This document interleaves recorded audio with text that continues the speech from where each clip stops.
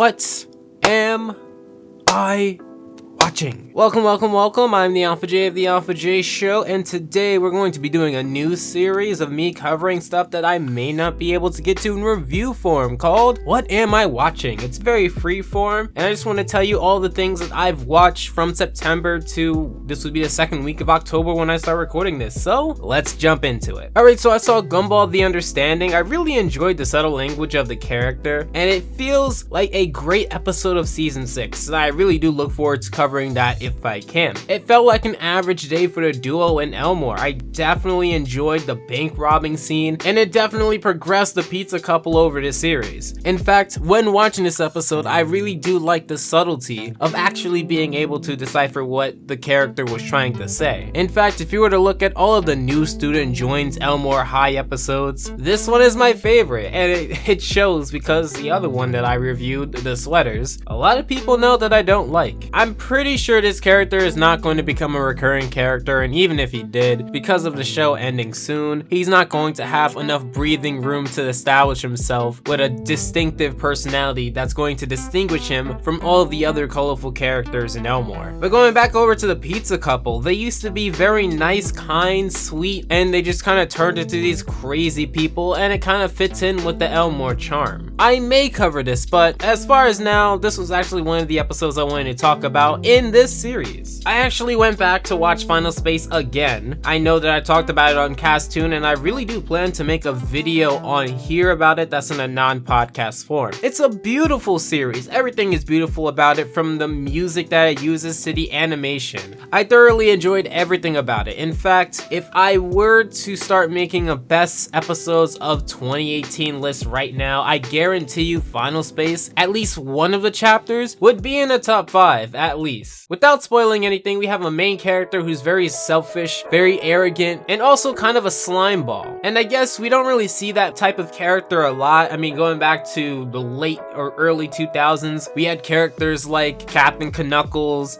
Eddie from Ed, Edd n Eddy, and even including some modern characters, we have Gumball, who isn't necessarily fitting into your optimistic, ready to do everything, fun-loving archetype. And I definitely gravitate towards his character because of that. We have a lot of optimistic, fun-loving, happy sort of characters, and I feel like Gary was that breath of fresh air we needed. Speaking of breath of fresh air, this was a sci-fi series, another thing that I haven't seen a lot of new animation shows tackling, so I definitely want to thank Olin Rogers, who was a YouTuber, I didn't even know that, for making this series. Then we have Mega Man Fully Charged. I saw the first episode. I love the action scenes. It actually seemed pretty well choreographed, and as a person who doesn't really cover a lot of action shows, because I don't really care too much for many action shows, I could see myself binging this series, maybe, but I can understand why it wouldn't necessarily compete well with the powerhouses on Cartoon Network now. I also found the art style appealing. I believe I saw a lot of people on the internet talk about the art style and how it made Mega Man feel a little young, a little too kid-friendly, and I understand the sentiment that they're trying to say, that it's not as grim and dark as other action shows, but I liked it. I definitely thought that it fit, and it definitely seemed like something that's very easy on the eyes. The transitions were pretty dull, and the ending just came out of nowhere, because as soon as the fight truly started, the episode ends. And the conversation about discrimination with humans and robots in the middle of it, I don't even know if I want to touch that with a 20-foot pole, much less a 10-foot pole. Now you guys know that I covered Total Dramarama. I covered the first episode, so I went to see the second episode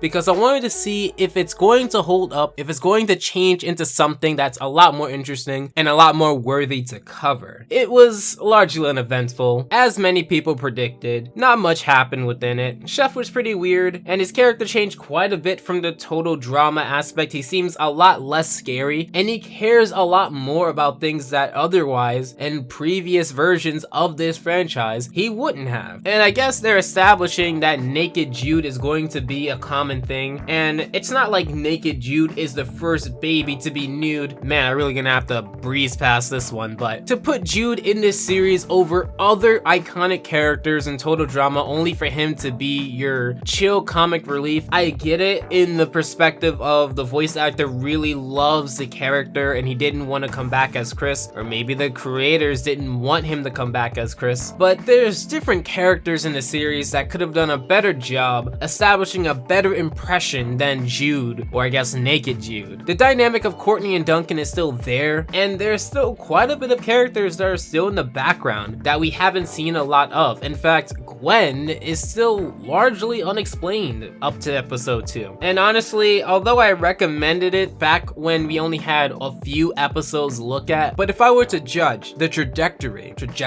why is that such a hard word? But if I were to judge the trajectory of this show, I wouldn't be able to recommend it to many people. If you're a fan of Total Drama, you may like it. If you're a fan of wacky, silly comedy shows, you may like it, but this show you can largely pass over. Now, I know a lot of people wanted me to cover Craig of the Creek. It is a new show that came out this year. It has a big adventurous feel to it, and I understand why people like it, and I feel like a lot of stories, a lot of arcs can be made with this type of show and whatnot from the concept. I heard there was going to be clans, and I believe I talked about Craig of the Creek, or at least I was there during the conversation about the speculation of Craig of the Creek in my cast tune back when I had both Slice of Otaku and Vox on. Honestly, this was a pretty average episode. It doesn't make me want to watch more of the series, and it doesn't make me want to cover it if I weren't already doing this as a job. I feel like the Poison Ivy aspects and the kid who roamed it seemed pretty weak. I didn't come away feeling very invested. I'm not really too sure where to pinpoint why I'm so disinterested in the show, but when I look at another show that honestly is being passed over, Clarence, I was totally interested in that show once season 2 came around and they started pumping a lot more story into it. Whereas here, I feel like maybe if they did the opposite, or maybe if they just doubled down on creating a very unique investing story, maybe I'll get into it. But as far as I'm concerned, this is probably the most I'm ever going to cover Craig of the Creek unless something major happens like a crossover or something. Then I saw the first episode of Summer Camp Island. I know that it was airing so much in the summer. I believe they aired it nearly all the time, if not every single day, heavily, and it really made me not want to watch it because it kept airing and airing. I got burnt out. How could you love something and appreciate its existence if it's always there? But once I sat down to watch it, it was a great first episode. I know some people aren't a fan of the art style. I'm not a fan of the art style, but that's just personal preference. I can manage with it. I do think the voice acting in the show is incredibly unique and it works well for the mood of the show. The main character here is pretty good. I do think it has that subdued atmosphere like Apple and Onion, and like the next show I'm about to talk about. I thought the episode had a lot of great aspects, and it felt like a great way to introduce Mystique and the magic of many things around them being alive. Would I cover Summer Camp Island in its own dedicated review? Yes, but it's very, very low on the priority list. Then I got around to Hilda. It's a show on Netflix that came out very recently. It's a very weird series. It had a lot of twists and turns, a unique structure, and the beginning didn't have much to do with anything, but I imagine it helped a ton with world building. I would actually compare the beginning to Hilda to the way that certain shows like Billy and Mandy began its episodes. Like for example, in that show, you had Mandy walk in front of a black screen and basically give a line or two that would imply what the episode will be about. I definitely enjoy the main character though. I find her a little too dull sometimes, to which with nearly any other main character you see on TV, that's a rare issue. Generally, they're too much rather than too little. And I love the accent. I found the emotion and pacing throughout the episode to be a bit of a roller coaster. At moments, it seemed like we were enjoying what the episode had, and at other times, it seemed like we were just sticking in one spot just to wring as much emotion out of it. I love the small things that we have to learn throughout the series, although again, I have this fatigue for overly fantasy magic series. I just find the whole concept as a whole being overused. There's tons and tons of shows out that have the exact same foundation as Hilda. But overall, if you don't have the fatigue, I'd recommend it. It definitely has that fairy tale storybook charm with a nice art style and good animation from what I saw. I also saw the Adventure Time finale, and I did promise I would give my detailed thoughts of it, but to be honest, I just saw it to support the show. I'm not a big Adventure Time fan. I was more of a regular show person, and from what I saw from the finale, it seemed pretty good. There's tons of other people who covered it in much better detail. If any finale you would expect me to cover in great detail, it's probably going to be Gumball's, unless they have an underwhelming finale. Then I might not cover it. I might just lay in bed crying because one of my favorite shows went out with such an underwhelming bang. Last but not least, we have Disenchantment. This series seems to be very polarizing. There's a lot of reviewers that seem to like it, and there's a lot of reviewers that seem to not like it. And there's also a lot of fans that seem to disagree with both sides. And I know you may think that describes a lot of series, but considering the like to dislike ratio of a lot of videos on YouTube, you'd be surprised. I do find myself thinking that this episode is not bad, but it wouldn't be something that I'd watch even if I weren't a reviewer. I definitely enjoyed the amount of effort that was gone through to make the world look convincing. The composition of shots and CGI camera worked really well, and unlike Hilda, I actually found the main character here to be fleshed out. However, I found the episode way too long. The commentary is your bare bones basic for adult animation. The animation sometimes would be a little underdeveloped, and I attribute it to the poor non-CGI camera work at times. I found the story to be pretty alright, with the whole rebel princess thing to be of your average variation. The only thing that separates this from what I've seen is that because it's not under a syndicated TV network and it's not on a channel that has a main demographic for kids, it was allowed to have a certain vibe that, like Hilda, I think is really well needed. Overall, I wasn't really impressed with the first episode, but there was a lot of good elements there to at least entertain you if you're already a fan of Matt's work. And that's pretty much all of the episodes I've watched in September to October that I don't plan to cover, but I wanted to talk about regardless. What do you think of this series? I may do this every month. Maybe I'll mix it in with some requests I get on my request video. Let me know down in the comments below. I try to read every comment, and special thanks to the patrons of October. As always,